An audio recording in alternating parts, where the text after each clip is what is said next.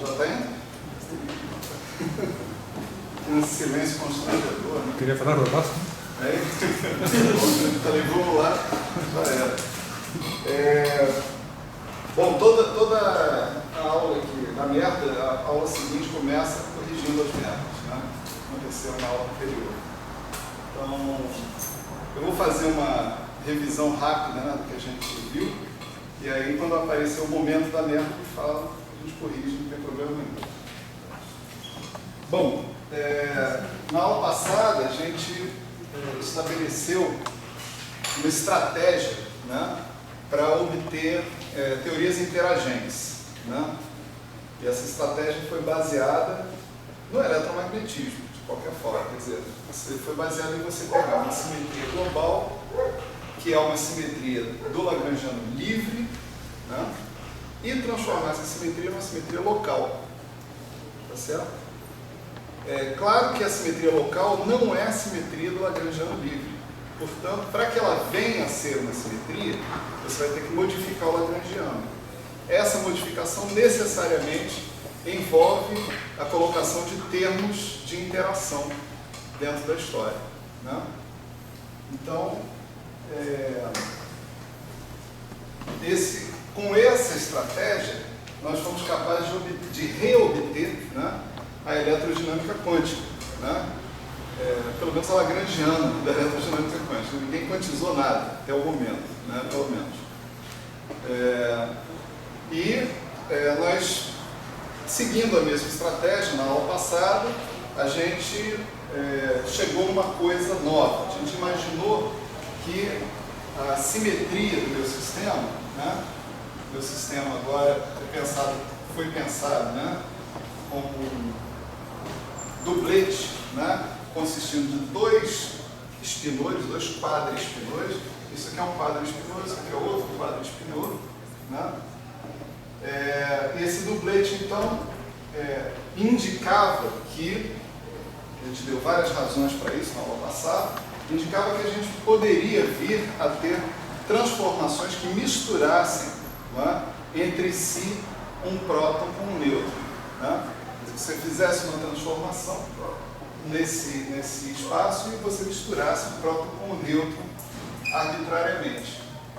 Se tivesse rotações nesse espaço interno, tá certo? Desses caras. A lagrangiana que a gente escreveu para descrever essa situação livre, né, era uma lagrangiana que, para que ela fosse simétrica sob essas transformações, ela exigia que as massas de próton e nêutron fossem iguais. Caso elas não fossem iguais, não haveria essa simetria. Ou, em outras palavras, a simetria é violada, né, por um termo que é pequeno, porque a diferença de massa entre próton e nêutron é pequena. Então a gente pode, num primeiro momento, pelo menos, desprezar esse termo e supor que a gente tem uma simetria global, né, para construir essa situação.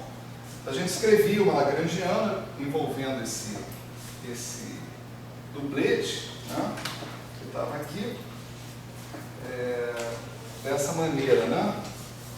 A nossa lagrangiana era I sobre 2 psi barra gama de psi menos I sobre 2 m psi barra gama de psi menos M psi barra psi. O termo que viola essa simetria é um termo que a gente viu que pode escrever dessa forma: delta M psi barra sigma 3. Tá certo? Portanto, essa teoria que está aqui, ela é simétrica se você fizesse as seguintes transformações. Psi de x é igual a um g, psi de x.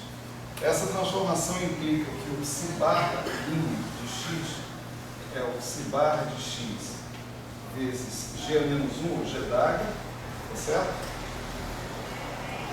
E esse g era, em princípio, uma transformação de SU2 global, né? Ou seja, o parâmetro da transformação não é uma função, os três parâmetros da transformação não eram funções do espaço-tempo, né? Quer dizer, o g podia ser escrito como exponencial de I θA sigma A sobre 2. Né?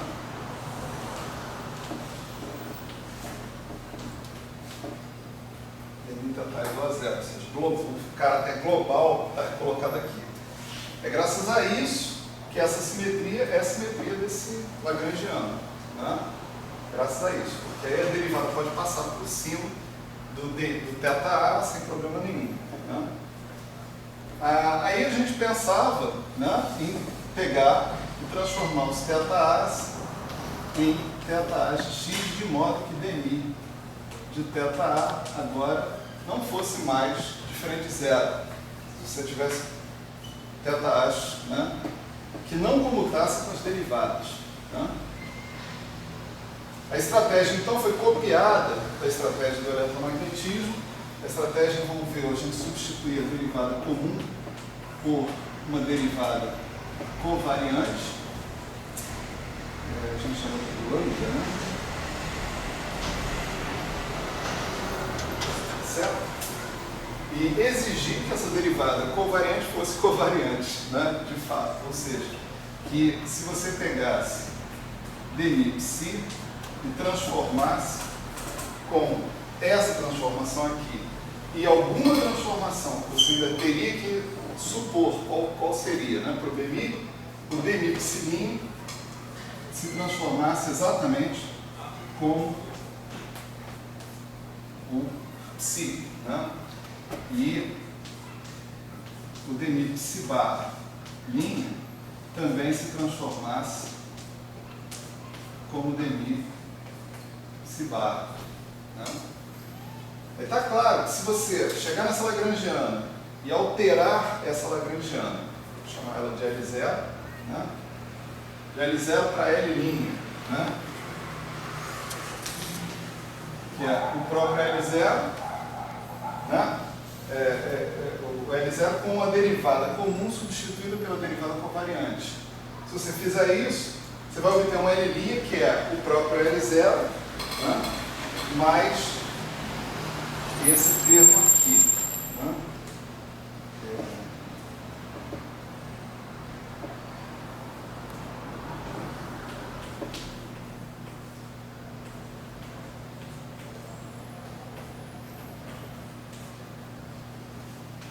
Certo? Portanto, você obtém um termo trilinear, que é um termo de interação. Né? Vai te dar equações de movimento não lineares, que são um sinal de que você está tendo uma interação sendo na dinâmica do seu sistema. Equações de movimento lineares não são capazes de produzir uma interação real, né, das suas partículas umas com as outras. Para isso você precisa de equações de movimento, equações de Heisenberg não lineares. Ok, só que esse L' ainda não funcionava, né, porque o nosso campo que nós introduzimos aqui tinha uma dinâmica trivial, né, em princípio. Né? Além do mais, a gente ainda não conhecia a natureza desse campo, a gente fez um estudo sobre a natureza desse campo, analisando exatamente o que saía dessas condições que foram impostas, né, sobre a derivada covariante. O que saía dessas condições que estão aí era a exigência de que o dmi se transformasse dessa maneira, né?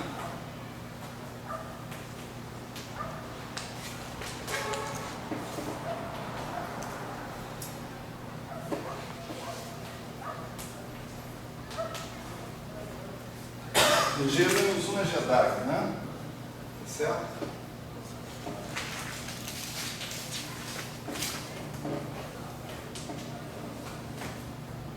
Então essa era a lei de transformação que esse campo, que a gente chama de campo de calibre, tinha que satisfazer.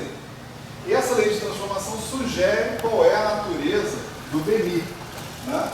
Para fazer isso, a gente explorou, né, a forma explícita do G, né, do G de x. Né? A forma explícita do G de x era identidade cosseno de θ sobre 2 mais i NA, sigma A, seno de θ sobre 2. Onde esse NA era θA sobre θ, né? Era um vetor versor unitário, né? NA é igual a 1, e esse θ é raiz θ1 ao quadrado mais θ2 ao quadrado mais θ3 ao quadrado, né? Essa é uma forma tradicional, né, que a gente vê quando a gente está falando de rotações sobre partículas de espinho no meio, né, mesmo na mecânica quântica não relativista.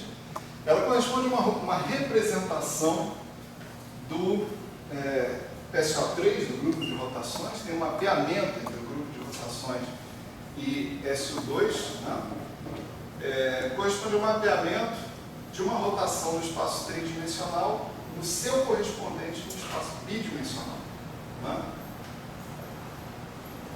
Então, quando a gente usa essa forma explícita do g de x, então a gente é capaz de escrever esse dμg g a menos 1, né? Tem uma série de truques que a gente optou por não detalhar, né, na aula passada, mas eu induzi todos ao erro, né, quando eu coloquei um termo que estava faltando. Realmente o termo estava faltando aqui, né, mas ele não estava faltando, ele não tinha um i. Né? Na verdade, esse dμg g a menos 1, ele era um i que multiplicava dμ NA seno θ menos 2 epsilon ABC NB dμ MC mais NA dμ θ, tudo isso, né, multiplicando sigma A sobre 2, certo? Então, se a gente lembrar, né, esse termo aparece dmg g menos 1 com i sobre lambda aqui na frente. Então, em princípio, você, para analisar a natureza do termo que aparece aqui, você tem que multiplicar tudo por i sobre lambda. Multiplicando ali por i sobre lambda, aqui você vai ter um termo menos 1 sobre lambda. Portanto, tudo isso que está aparecendo aqui é real, certo? O meu erro foi colocar um i aqui, ó, na aula passada, só que esse i não existe. Esse i estava existindo na conta, mas ele ia ser fatorado junto com os outros. Eu não vi isso, porque aqui no quadro negro a gente não vê nada, a gente só vê as coisas quando ele está sentado aí. Quando ele está aqui, a gente não vê nada, está tudo escuro para a gente. Vocês vão ver, olha, vocês passarem para esse lado aqui. Enfim, o único cara que vê tudo que eu conheço é Elael, o resto só comete eu, um atrás do outro. É o meu caso.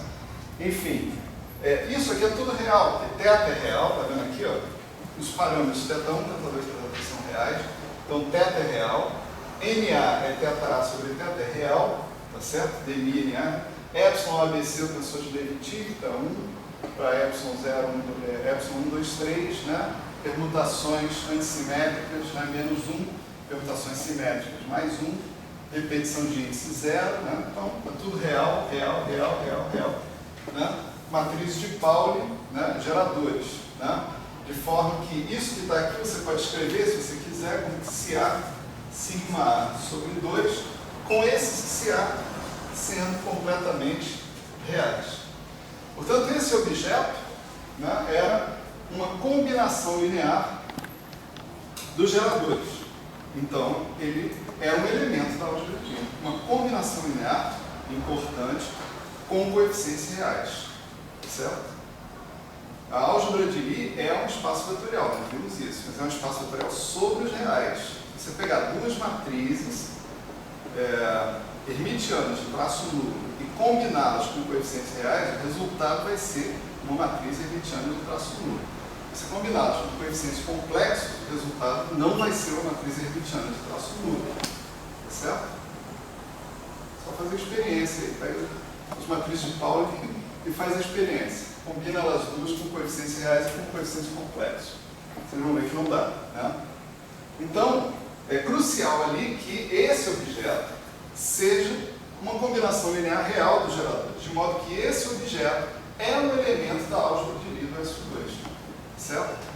Se ele é um elemento da álgebra de Lie de SU2, né, vamos dizer assim, né, pertence a SU2, a notação para a álgebra de Lie é sempre com as letras todas minúsculas, né?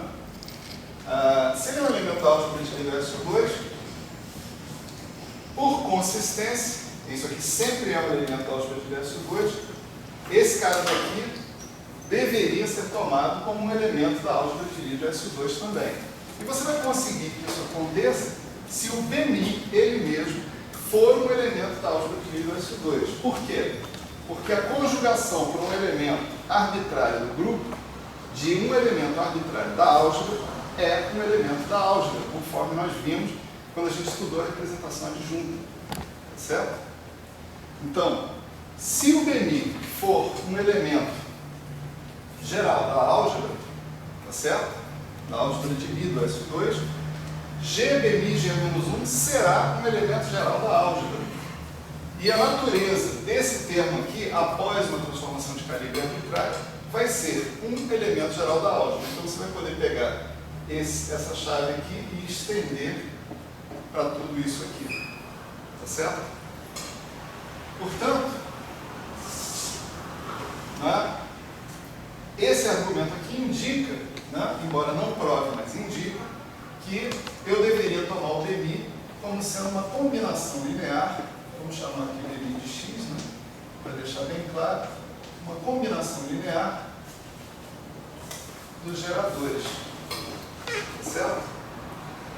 A dependência em x vem dos coeficientes, portanto, esses coeficientes vão ser campos vetoriais.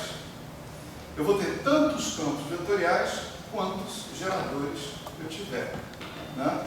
Então, nesse caso do SU2, eu tenho 3 geradores, né? Então eu vou ter 3 campos vetoriais reais. Né? Certo?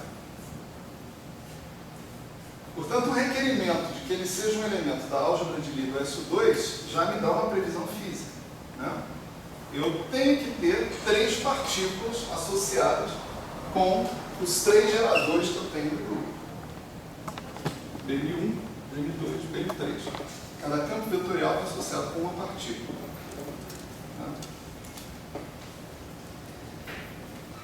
Aí nós continuamos, né, a nossa saga, né, e continuamos a mesma analogia com o eletromagnetismo.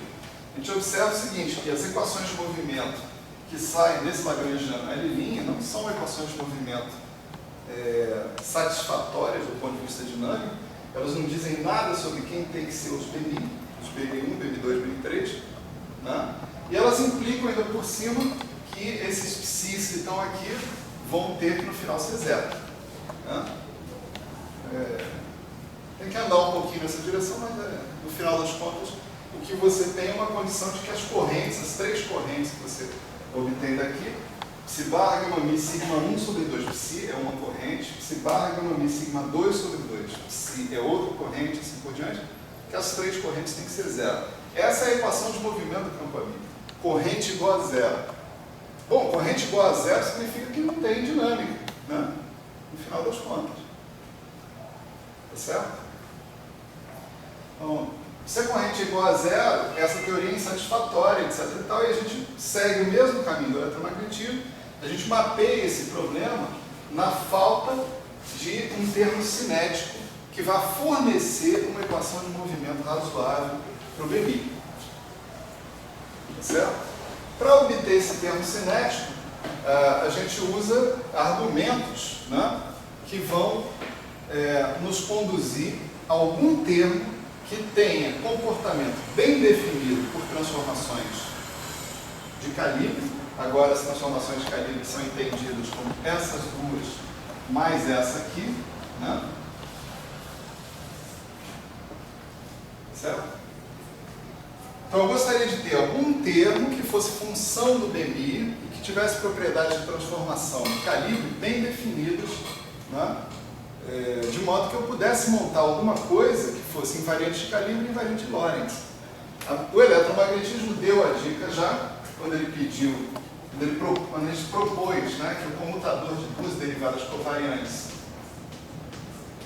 desse o tensor de intensidade de campo, e nesse caso, fazendo a mesma hipótese, né, definindo esse tensor de intensidade de campo como esse comutador que está aqui, né, a gente chegava num tensor de intensidade de campo que era essencialmente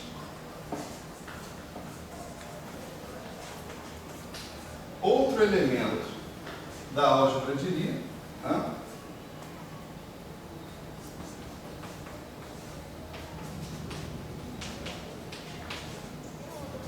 Certo? Outro elemento da álgebra de Lie, com a diferença em relação ao caso abeliano, ou ao caso do eletromagnetismo, que você tem um termo a mais aqui nesse cara. Esse termo a mais é um termo quadrático, certo? Do seu campo BMI. Então ele é uma função não linear do seu campo BMI. Enquanto que no eletromagnetismo, o teu F' era uma função linear do BMI. Certo? Era só a primeira parte. Lá do eletromagnetismo, a coisa é uma porria aqui. Aqui tem mais isso. Né? E aí nós vimos que a brincadeira ficava boa se a gente simplesmente adicionasse ao nosso lagrangiano L', né, um termo assim, né?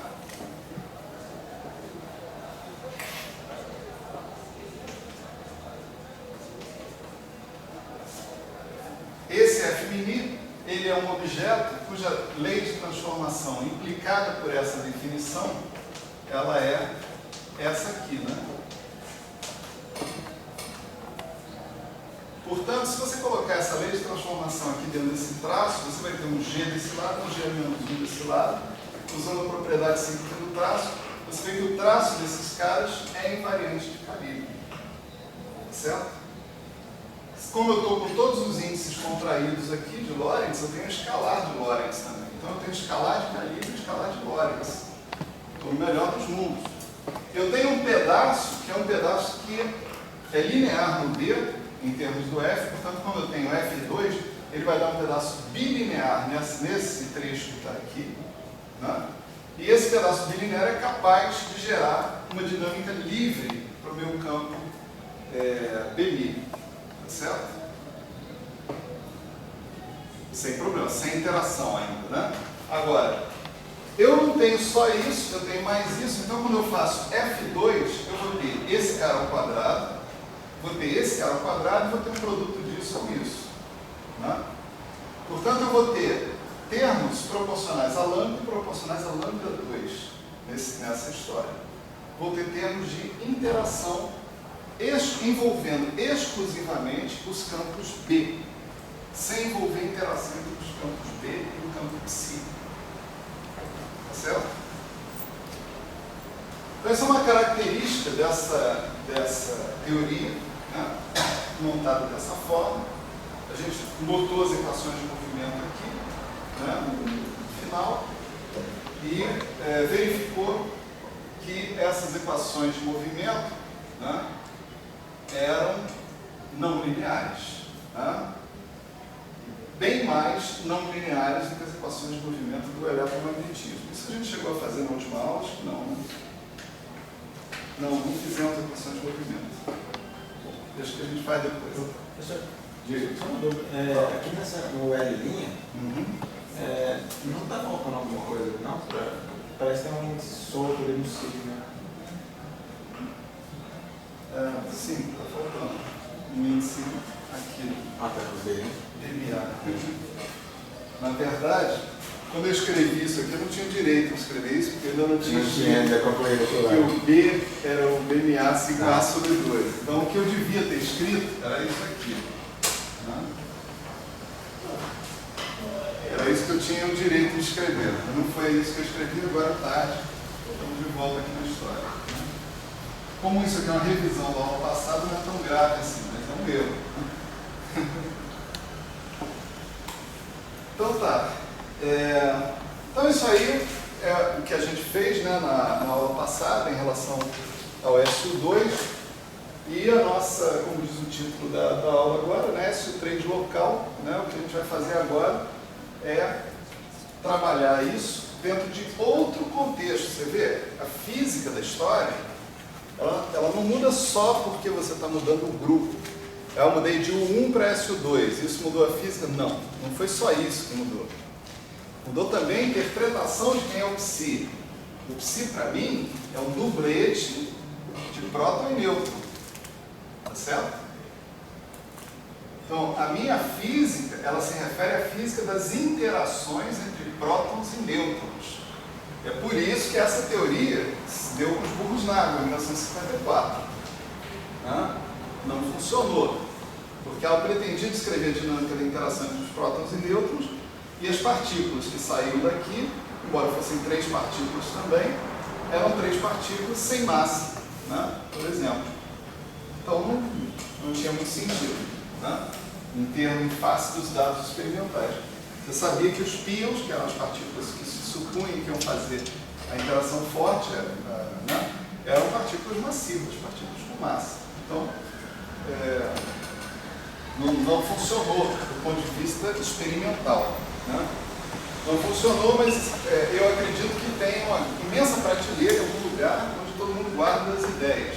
Então, guardaram essa ideia nessa prateleira, ela ficou lá esperando, em algum momento as pessoas foram lá, tiraram, resgataram essa ideia e botaram ela para diante de novo. Então vamos começar essa discussão aqui sobre o SO3 local.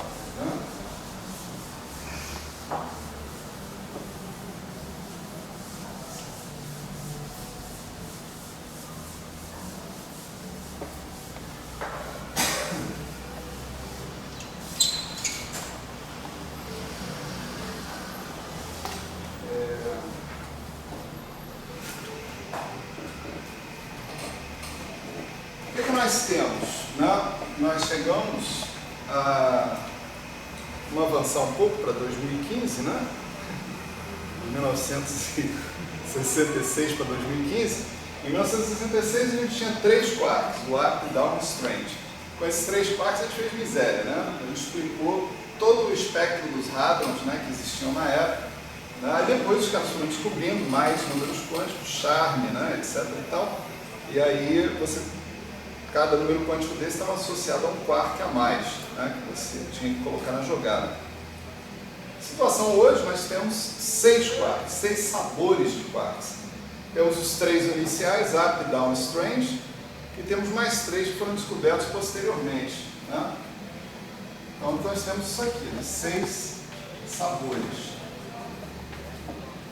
de quarks. Então temos o U, B, S, C, T, B. A ordem de descoberta é BT. Melhor colocar assim,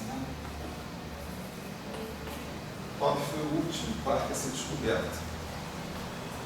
Há razões profundas porque as pessoas tinham certeza que o top existia. Mas nós vamos falar disso no futuro. Esses 6 sabores de quarks, o problema que se colocava, é claro que o problema em 1972 ou 71 era relativo a 3 sabores de quarks, mas a solução é essencialmente a mesma que a gente obteria para os 6 sabores de quarks, tá certo? Esses 6 sabores de quarks, todos têm massas diferentes, tá certo? Todos eles têm massas diferentes. A massa do U é mais ou menos próxima do D, mas elas são muito menores que a do S, essa é muito menor que a do C, essa é muito menor que a do B, e essa é muito menor que a do T. Então, isso aqui é exatamente uma escala crescente de massas, que também indica a escala crescente de energia que você precisou para descobrir cada um desses caras. Pergunta: como fazer esses 6 objetos interagirem entre si? Resposta: simetria de calibre, certo? Vamos tentar fazer esses caras interagirem através da simetria de calibre. Então a história toda, começa com você identificando sobre o que você vai impor a sua simetria de calibre. Vamos pensar. Eu não vou impor simetria de calibre sobre... veja que eu estou querendo querendo descobrir uma interação fundamental, ou seja, uma interação baseada numa simetria que não seja violada. Eu não estou atrás de uma aproximação, eu estou atrás de uma proposta de uma interação fundamental, tá certo? Então, eu sei que se eu tiver 6 sabores de quarks, né, a tentação é você colocar um grupo de simetria SU6. Né? No entanto, as massas desses sabores de quarks são todas diferentes e, aliás, muito diferentes entre si. Né? Da nossa experiência lá com o SU2, né, já ficou claro que se as partículas têm massas diferentes, a simetria não vai sobreviver. Né? Não é uma simetria exata, no máximo uma simetria aproximada, e com esse espectro de massas tão diferente, não vai ser nem uma simetria aproximada. SU6 não é uma simetria, né, aproximada, nem aproximada da natureza, nem é SU5, nem é SU4. SU3 assim, né? SU2 melhora um pouco, né? Mas SU3 mais ou menos, SU4 de jeito nenhum, e daí SU5 pior ainda. Né? Então, você dizer, eu vou construir uma lagrangiana que tenha simetria, né, por um grupo que misture os sabores entre si, que nem a gente fez com próton e nêutron, misturava próton com nêutron, né? É dizer o seguinte, olha, você está querendo uma teoria efetiva, aproximada aqui dos quarks, etc. e tal. Mas se você está pensando que os quarks são partículas elementares, partículas realmente fundamentais, você tem que procurar uma simetria exata, uma simetria que você não veja a violação dela na natureza. E essa simetria que mistura sabores, você sabe que não pode ser a simetria do seu sistema, porque as massas são diferentes. Né? Mas o que mais esses quarks têm além do sabor? Né? Eles têm cor. Nós fomos obrigados a colocar cor, né, neles, para descrever aquele estado da ressonância delta mais, etc. e tal. Né? E a gente diz, cor é uma simetria não, cor é um número quântico que vem em 3 valores, né? Vermelho, verde, azul, né? O 1, 2, 3, yin, zezinho, luzinho, né? Tanto faz. Né? Então, eu posso imaginar o seguinte, cada campo de quark, que eu vou chamar de Q, né?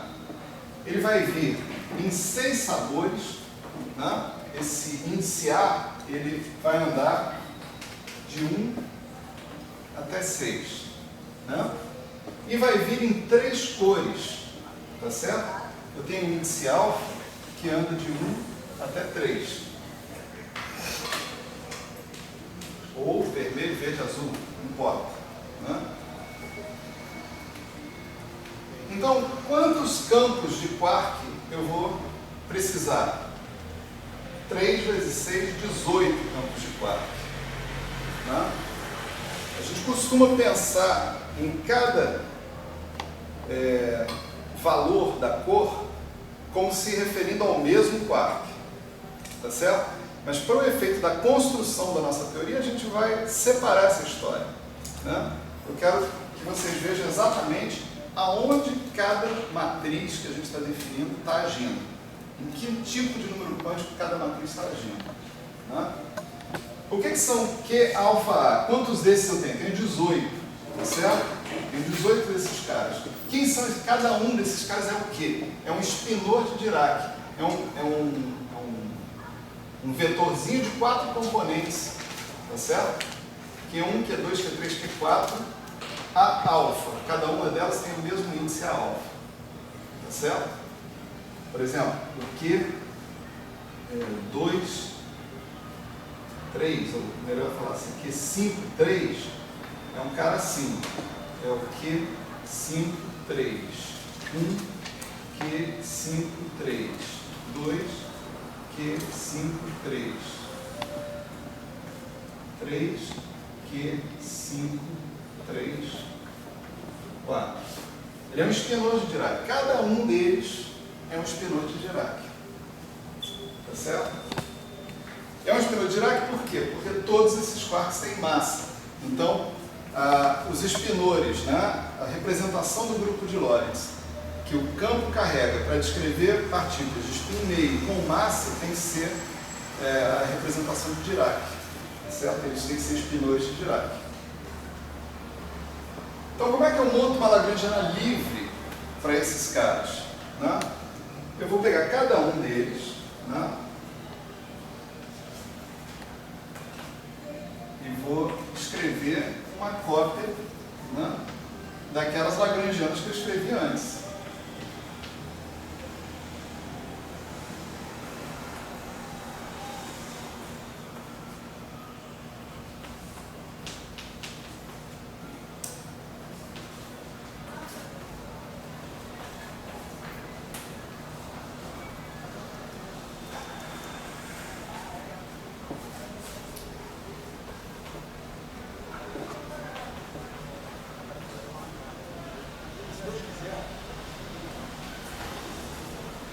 Aqui, implicitamente, nós temos soma sobre os As, soma sobre os alfas, tá certo? Então, eu tenho Q1, 1, gama mi, dmi, Q1, 1, mais Q2, 1, gama mi, dmi, Q2, 1, mais, e assim por diante. 18 termos. Tem 18 termos desses, tá certo? Você observa aí que nessa lagrangiana, né, não tem mistura entre uma cor e outra cor. Você só tem termos nessa lagrangiana, quer dizer, se você calcular a equação de movimento em relação a esse campo, você vai obter uma equação linear que só envolve esse campo. Não vai envolver outros campos. Você vai terminar com equações lineares desacopladas para cada um dos campos. Tipo, as equações de movimento aqui vão ser I, gama mi, dmi, menos ma, que a alfa igual a zero. Certo? Cada campo é completamente independente, completamente determinado por sua equação de Dirac, independente dos outros. Não há interação. Não há nada que faça com que um sabor troque para outro sabor. Você pegue um quark U e faça com que ele vire um quark B. Ou pegue um quark S e faça com que ele vire um quark C. Não tem nada assim. Também não tem nada que faça com que uma cor se transforme em outra cor. Vermelho vire, sei lá qual sabor, qualquer um. Vermelho vire verde, vermelho vire azul. Não tem interação entre quark vermelho e quark verde. Não tem interação entre quark up e quark down. Não tem nada. Nenhum deles enxerga os outros. É um mundo perfeito, onde não tem estados ligados e, portanto, não tem matéria, não tem seres humanos.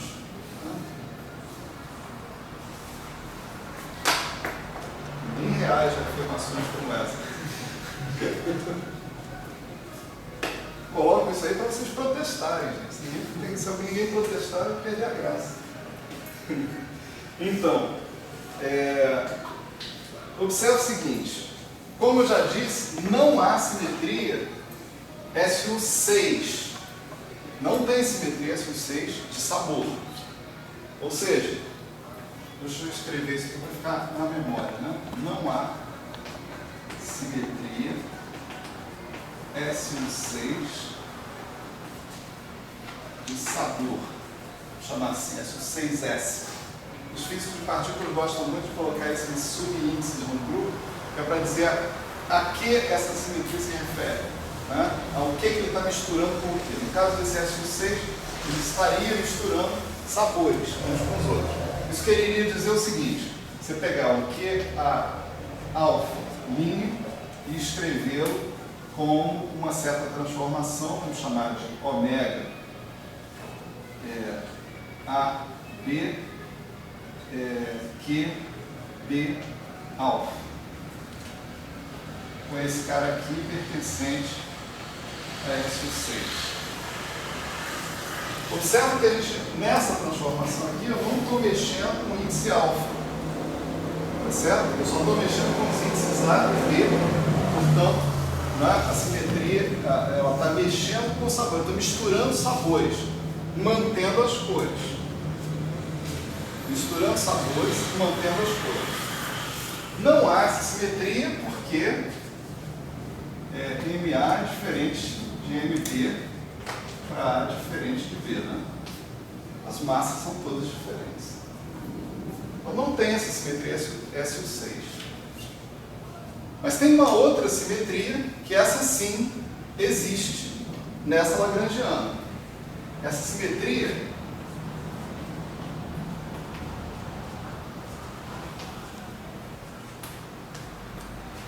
global, certo? Ou seja, independente do ponto do espaço-tempo, SU3 de cor. Certo? Experimenta fazer o seguinte: pega QA alfa linha, obtido como, deixa eu ver aqui, eu usei ômega aqui, deixa eu usar outra letra, lambda, né? E aqui eu vou reservar para ômega, tá? Ômega alfa beta,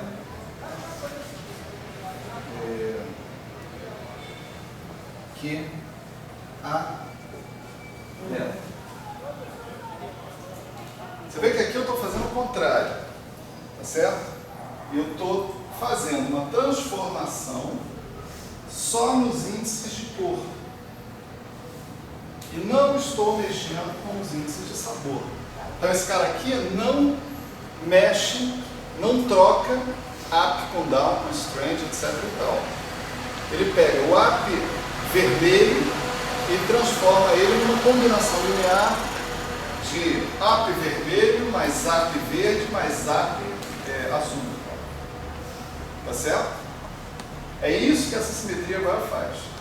Essa outra, só para relembrar, fazia o seguinte: ele pegava um up de qualquer cor que fosse e transformava ele numa combinação linear de up, down, strange, chart, bottom, top. Tá certo? É isso que essa aqui fazia.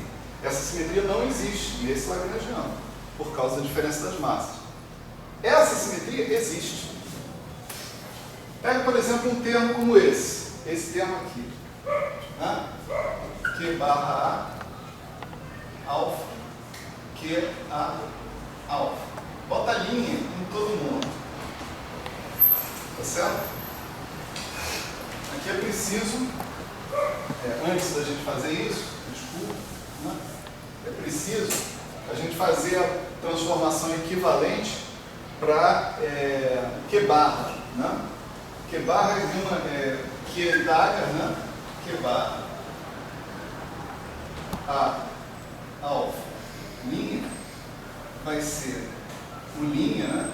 De Q daga A alfa gama zero, certo? E esse cara que está aqui, ele é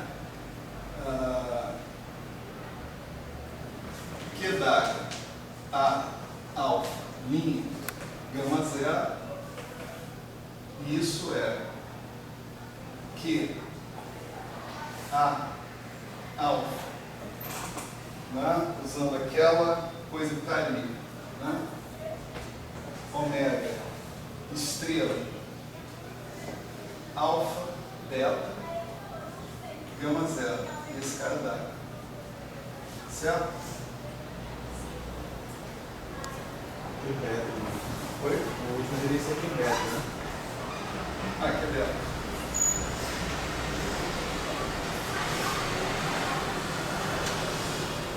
Ok, quer dizer, isso daqui são combinações lineares no futuro de operadores, por isso que a gente está usando esse Dagger aí.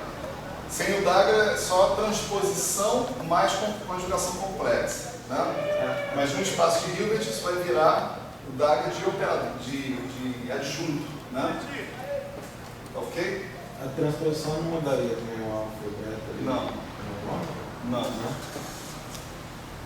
Entenda o seguinte: esse Dagger que está entrando aqui é estrela do ponto de vista de variáveis clássicas.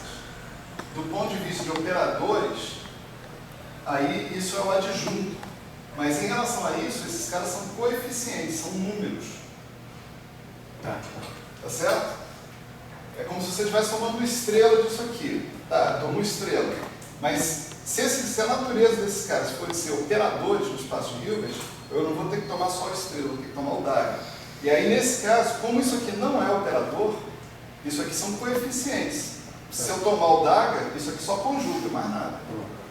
Não acontece mais nada. Né? Então, eu tenho isso daqui recompõe o Q bar, tá certo?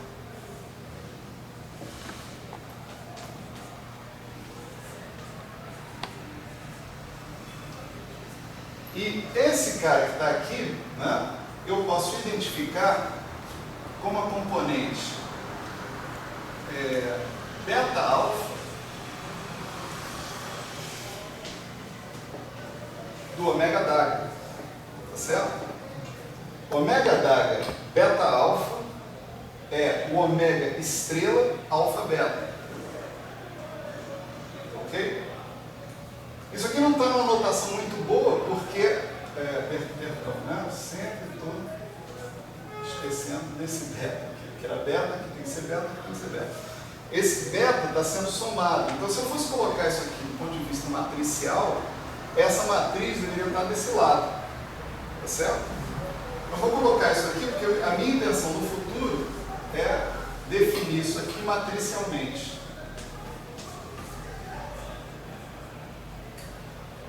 Tá certo? Então, essa é a lei de transformação do meu Q bar, tá certo? O Q transforma com ômega, o Q bar transforma com ômega Dagger do outro lado.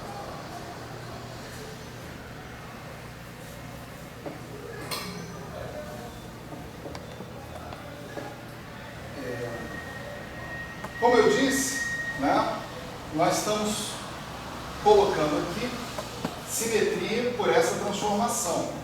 Né? Então, se eu pegar esse último termo lá, que é barra A alfa, que é alfa, e botar uma linha nele, né? Essa linha vai vir para cá e para cá, isso aqui vai ser Q barra A beta, ômega Dagger, né? Beta alfa, e aqui eu tenho ômega alfa, sei lá, gama, que é gama. Preciso fazer esse parênteses. Se eu exigir que isso daqui seja Q barra A, sei lá, beta, né? Q barra A beta, que é a beta, se eu exigir simetria perante isso daqui, esses caras que estão aqui vão ter que obedecer, né? Ômega Dagger beta alfa,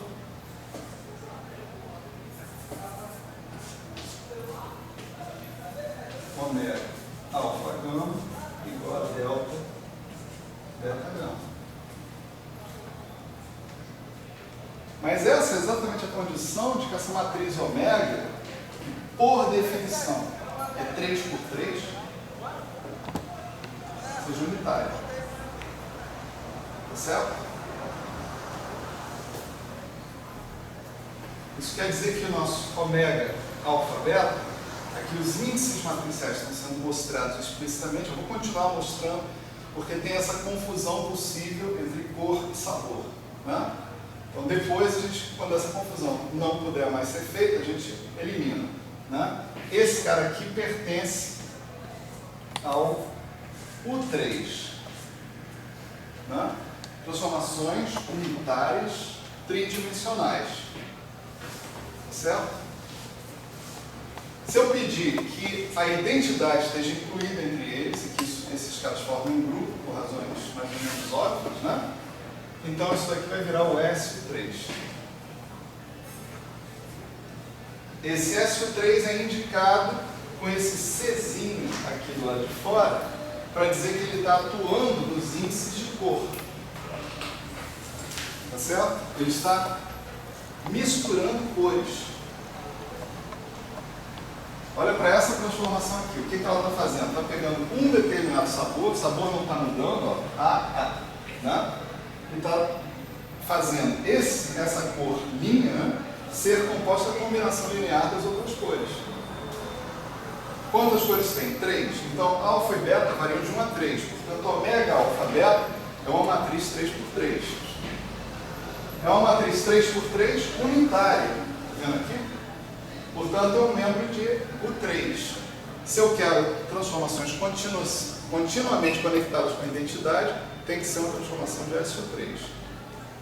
Portanto, essa lagrangiana que descreve esses 18 quarks livres, tá certo? Possui uma simetria global SO3 de cor. Global por quê? Porque, em princípio, essa simetria depende do fato que dmi de ômega alfa beta seja igual a 0. Claro que esse termo aqui não envolve derivadas, mas o mesmo raciocínio que a gente fez ali, a gente pode fazer para esse termo e para esse termo, que envolvem derivadas. Essa simetria vai estar presente se aquela matriz ali não depender da posição, de forma nenhuma. Tá certo?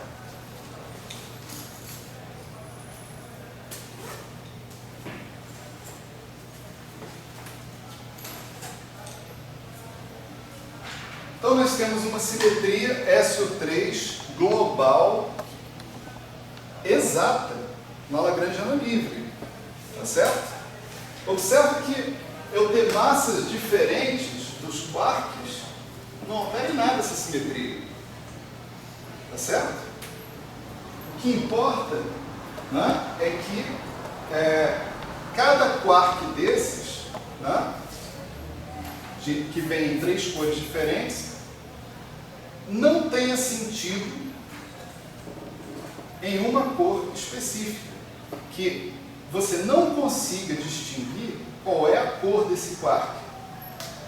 Que esse quark e uma combinação linear do mesmo sabor de quark, mas envolvendo as 3 cores, descreva a mesma física. É isso que significa você ter uma simetria. Tá certo?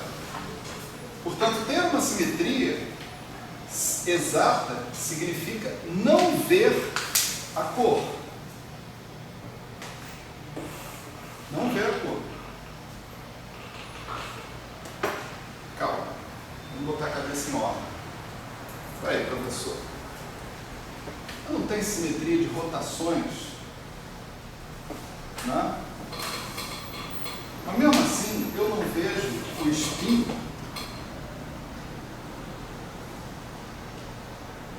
O que eu estou falando é, se eu tenho simetria de rotações, eu não vejo o spin.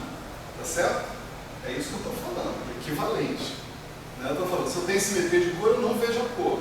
Aí você pode raciocinar, pô, se eu tenho simetria de rotações, eu não vejo o spin. Né? Uma lagrangiana de um elétron livre, vamos dizer assim, né?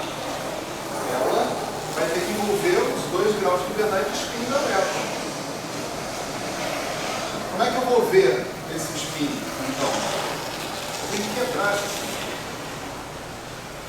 Como é que eu vejo o spin? Como é que eu tenho acesso ao spin?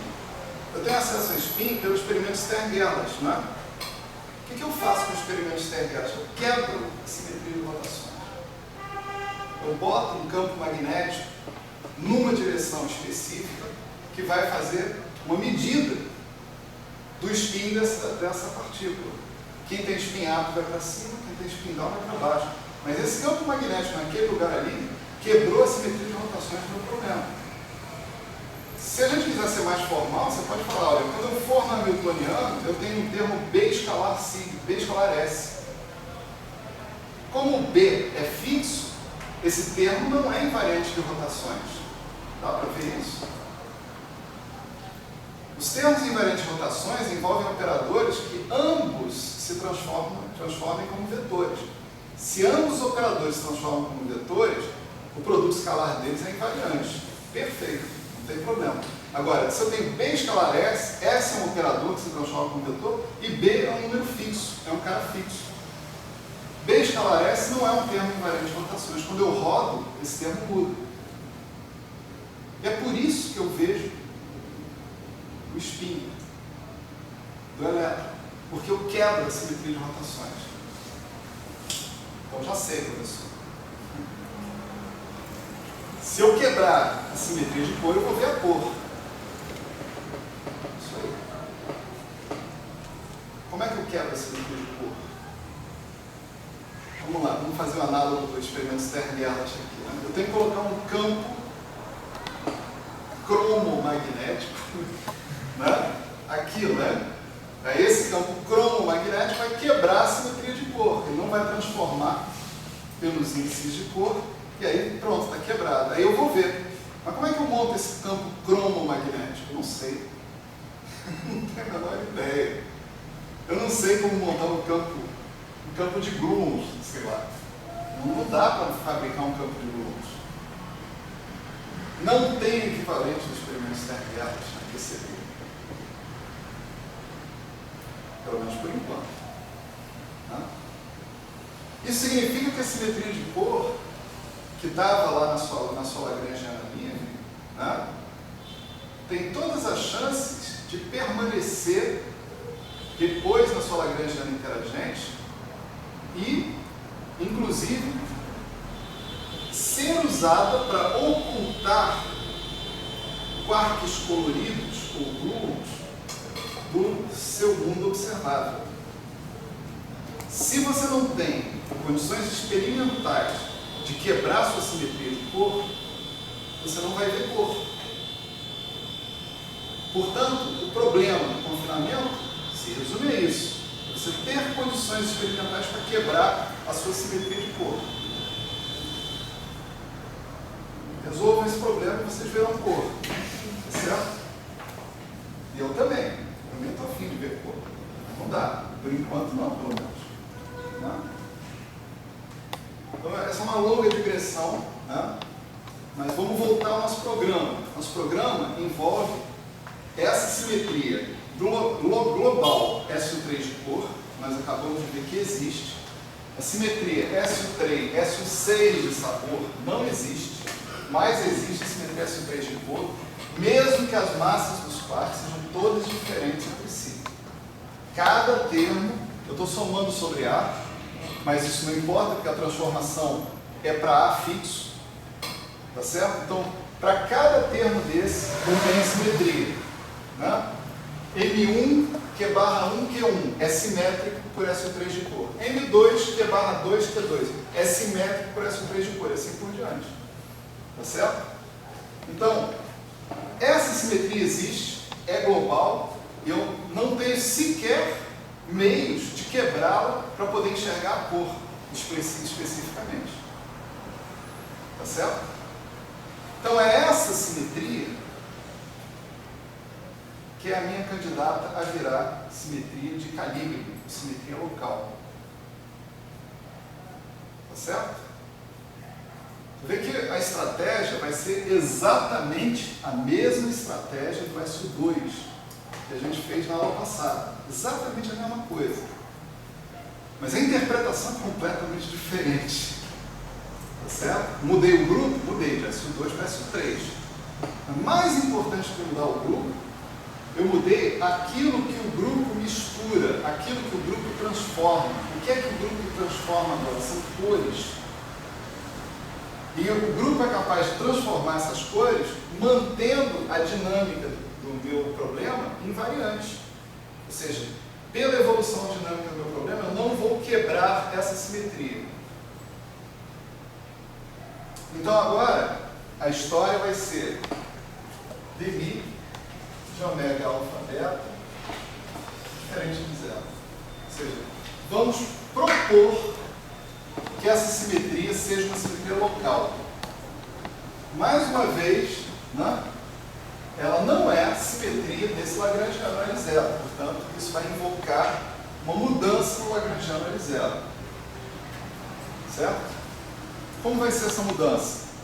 Mais uma vez, nós vamos trocar a derivada comum pela derivada covariante. Certo? Então, nós vamos propor que essa derivada comum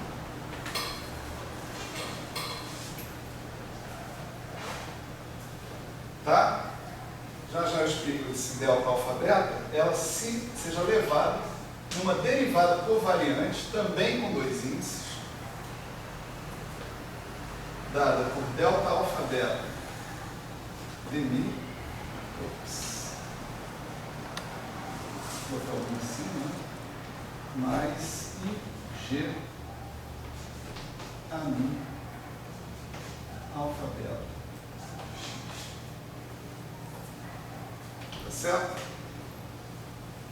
Lembre-se que a derivada covariante lá no SU2 era uma matriz também. Implicitamente, o que você tinha aqui na frente do DMI era a identidade, a matriz identidade 2 por 2.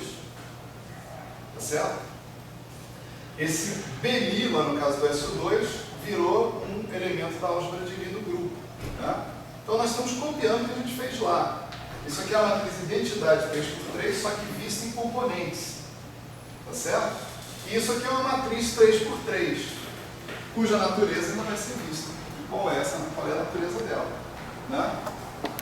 Então isso aqui diz que o DMI vezes a matriz identidade 3 por 3, que é um cara que aparece aqui, né? Se você olhar essa derivada aqui, se você colocar delta alfa beta DMI, você tem exatamente a mesma coisa. Né? Ela vai o delta alfa dessa matriz diagonal vai numa matriz que não necessariamente é diagonal, que é a dmi alfa beta. É uma derivada modificada. É a derivada anterior mais esse termo. A gente poderia ter feito isso lá no SU2, né? Mas eu não fiz. Eu guardei para fazer isso aqui. Porque aqui a gente vai ver exatamente a ação desses índices onde é que está, em cada lugar. Né? Bom, o que a gente está impondo sobre essa derivada? Né? Para a gente obter uma teoria invariante para SU3 local, né?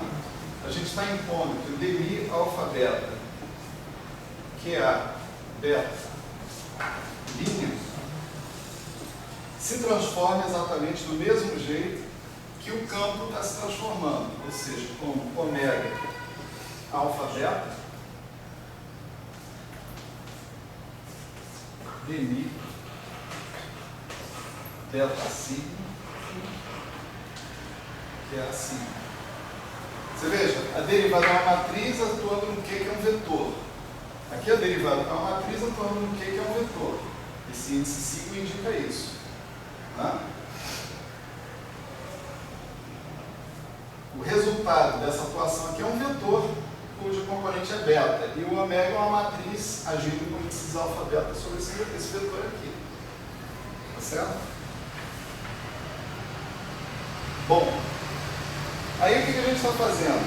A gente vai substituir, né, essa definição aqui. Né? E vai dar o quê? Eu vou ter, deixa eu mais espaço aqui.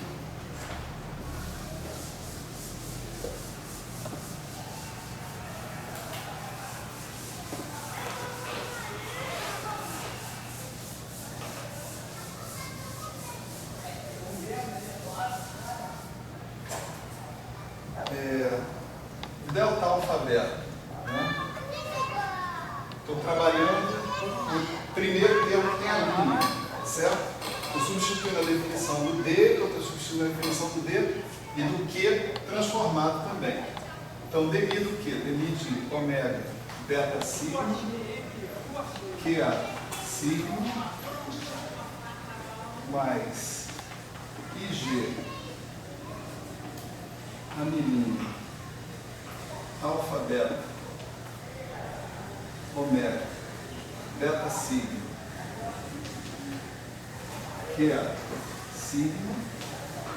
O que eu fiz então? Peguei aqui essa derivada, coloquei aqui e botei uma linha. Tá certo? Delta alfa beta que beta, a alfa beta que beta linha, alfa beta linha que beta linha. E substituir os linhos. Tá certo? O que tem do outro lado, né, vai ser o ômega alfa beta de x delta, beta sigma, dmi, que é a sigma, é o primeiro termo da derivada covariante do que é a sigma, né? Mais IG, ômega, alfa, beta, ami, beta sigma, que a sigma. Certo?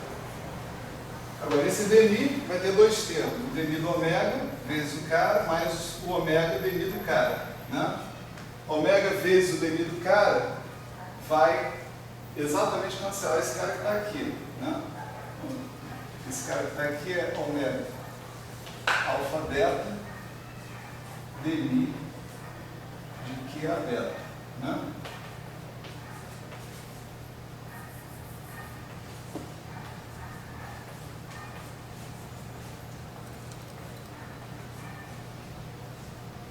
Desse lado aqui, a gente tem delta alfa beta, com esse ômega vai ser ômega alfa, e tem dmi de ômega alfa sigma,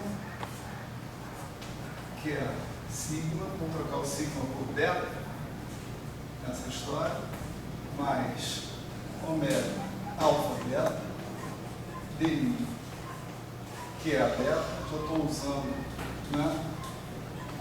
A delta alfa beta para transformar o beta em alfa e estou transformando o sigma em beta nessa história. Então isso daqui é igual a isso. Né? Então esse termo aqui, como antes, né? Cancela com esse. Tá certo? Faltando muita coisa. Faltando alguma coisa. Faltando esse cara todo aqui, né? IG, a milínea, alfa, beta, ômega, beta, sigma, que é a sigma.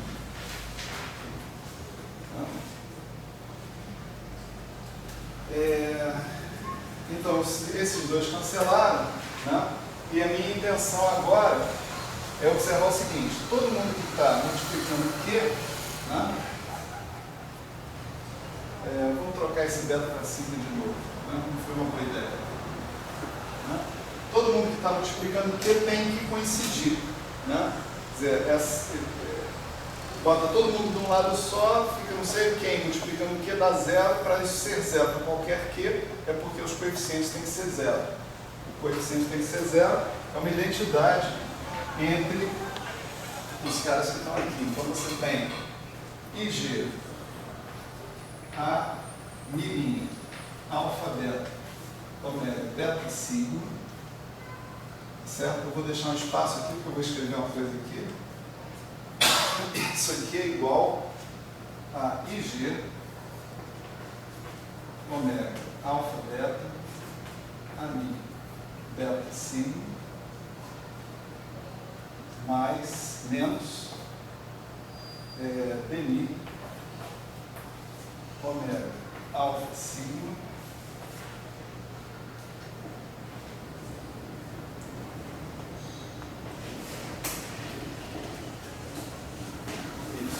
dmi de ômega alfa sigma. Certo? Agora eu vou multiplicar os dois lados da equação, né? Deixa eu deixar um espaço aqui também. Temos dmi do ômega alfa sigma. Vamos multiplicar os dois lados da equação pelo ômega menos 1. Tá certo? Que é o ômega d'água no final, tá? Ômega menos 1, sigma delta.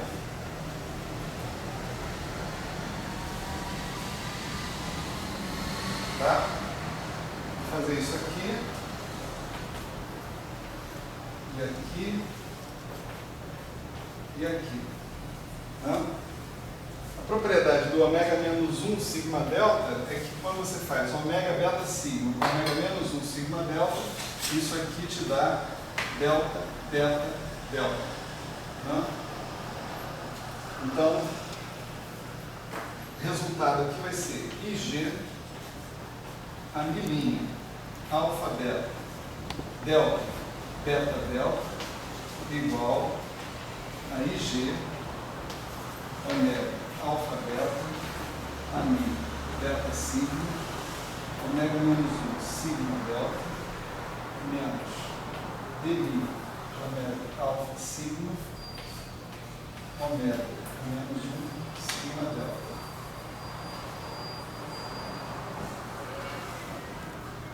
Divido tudo por IG, tá certo?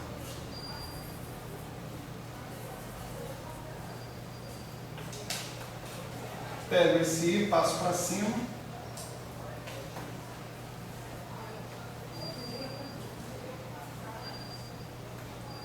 Termino de contrair aqui, né? O beta com beta aqui, para isso aqui virar delta.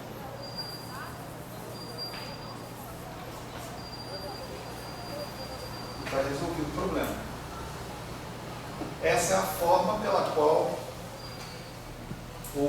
a modificação que eu coloquei ali na derivada covariante tem que se transformar. Né? Todos esses índices são índices de cor. Certo? Isso aí é tremendamente importante, que se saiba aonde o ômega está atuando. O ômega é uma matriz que atua sobre os índices de cor. O ômega não faz nada com índices de sabor. O ômega não faz nada com índices de Lorentz. Tá certo? Nada. Ela só atua nos índices de cor.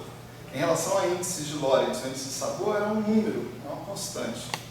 Tá certo? Pode trocar o ômega de um lado para o outro, sem problema nenhum.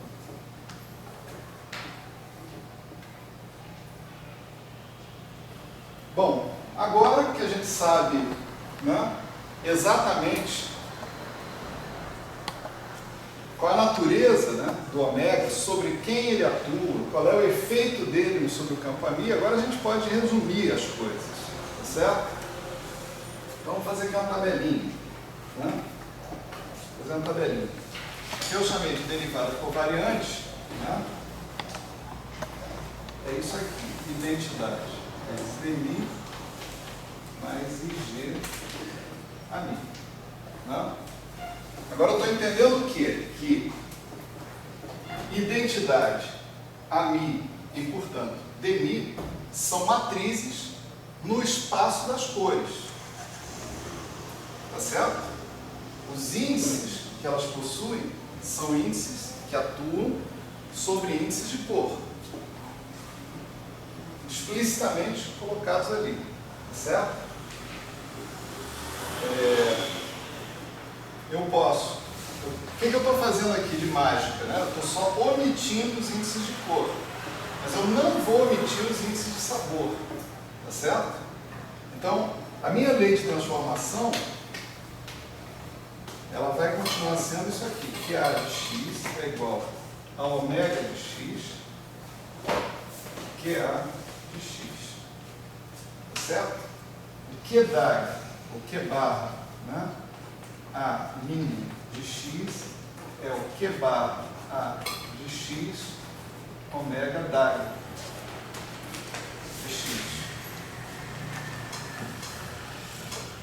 A minha derivada covariante, né?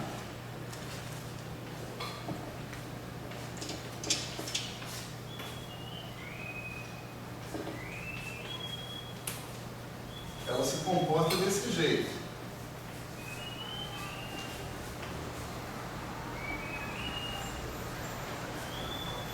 Certo?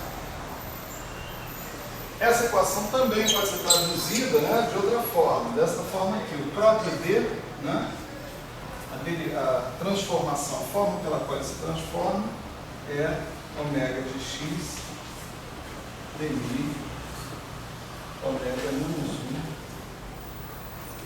de x. Entendendo aqui que aqui ele está agindo sobre um certo f. Né? Isso aqui é um operador, ele atua no ômega menos 1 vezes o que vier na frente. Né? E finalmente, né, vou colocar aqui do lado, né, a milinha de x é ômega AMI ômega menos 1 de x, né? Mais I sobre G dmi ômega de x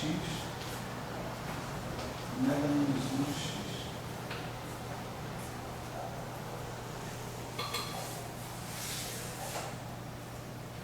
Tá?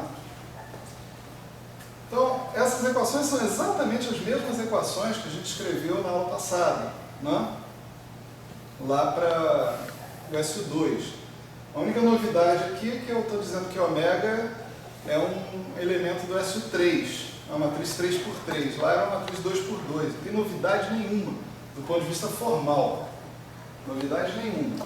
A única novidade aqui agora é que eu estou interpretando, né, a minha simetria como sendo uma simetria das cores. Lá a minha simetria trocava próton por nêutron, ou fazia um próton ir numa combinação linear de próton e nêutron. Né? Aqui não é isso. Aqui eu estou trocando cores dentro de um mesmo sabor. Tá certo? Não estou mexendo com sabor, estou mexendo só com cores. Né?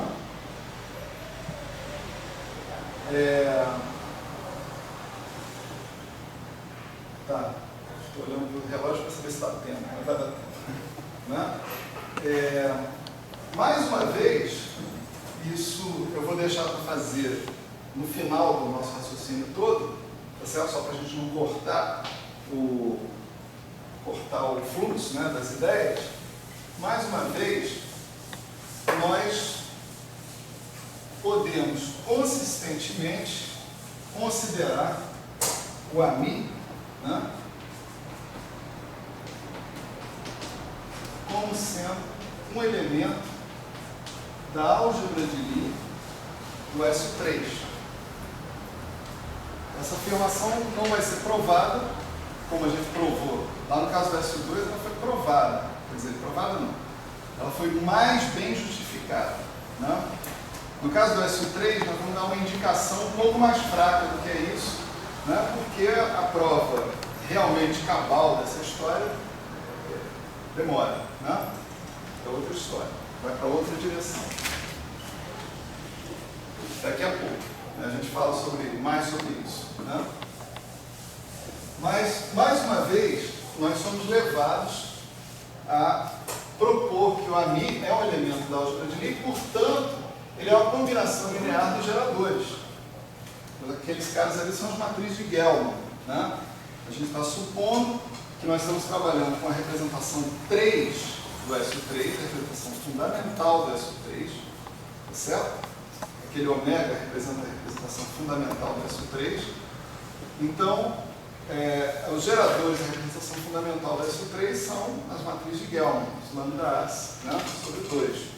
Então, nós estamos supondo que o AMI é uma combinação linear desses caras e os coeficientes dessa combinação linear são os caras que carregam a dependência de x. Portanto, eu estou com isso introduzindo 8 campos na minha teoria. Um para cada gerador do SU3. O SU3 é gerado por 8 geradores, com isso eu introduzo 8 campos. Certo? Legal. Mais uma vez, né, só para a gente ganhar tempo, né, seria bastante razoável e óbvio mostrar que só trocar derivada comum de uma derivada covariante não vai adiantar, não vai gerar dinâmica, né, para o campo AMI, para cada um desses campos AMIA, né, não vai gerar dinâmica. Então eu preciso fazer mais do que isso, eu preciso colocar um termo cinético, né, junto com a derivada covariante. Né? Troco a derivada com a derivada covariante, mas além disso, coloco também um termo cinético. Esse termo cinético, mais uma vez, não pode romper a invariância de calibre e não pode, e tem que ser o escalar de Lorentz, para manter a invariância relativística. Né? Então, o termo cinético é mais uma vez obtido do comutador de duas derivadas covariantes, dadas ali em notação abreviada. A gente já fez essa conta para o SU2, ela é rigorosamente a mesma conta para o SU3. Então, a única diferença é a interpretação que você obtém. Então, isso aqui vai dar IG, né, nesse caso, DMI a Mi, né, menos DMI a Mi, mais IG, comutador de AMI com AMI.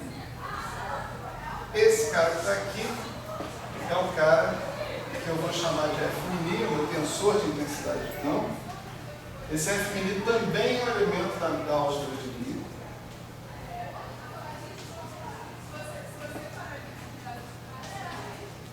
Você pode ver isso daqui diretamente, né? E se você escrever ele explicitamente, esse F'(A) vai ser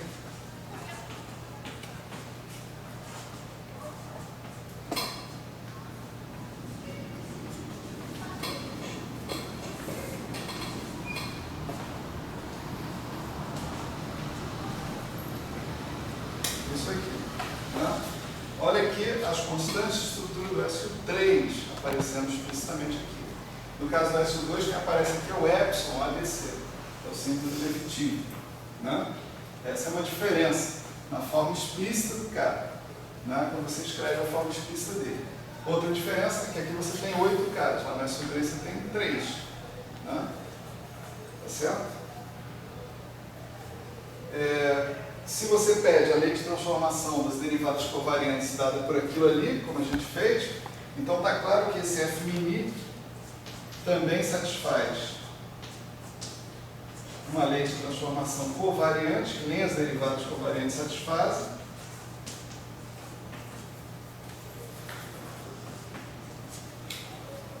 E você pode montar um termo invariante de calibre, né? Lembrando que o traço de lambda A sobre 2, lambda B sobre 2 é um meio de delta B. Você pode montar um termo invariante de calibre que você vai adicionar aqui nas notas já está errado. Traço de lambda A sobre 2, lambda B sobre 2, menos um meio de delta B, não é isso que a gente está usando de convenção. Então vocês corrigem por si mesmos aí. Só fui reparar agora. Então o termo invariante de calibre, né?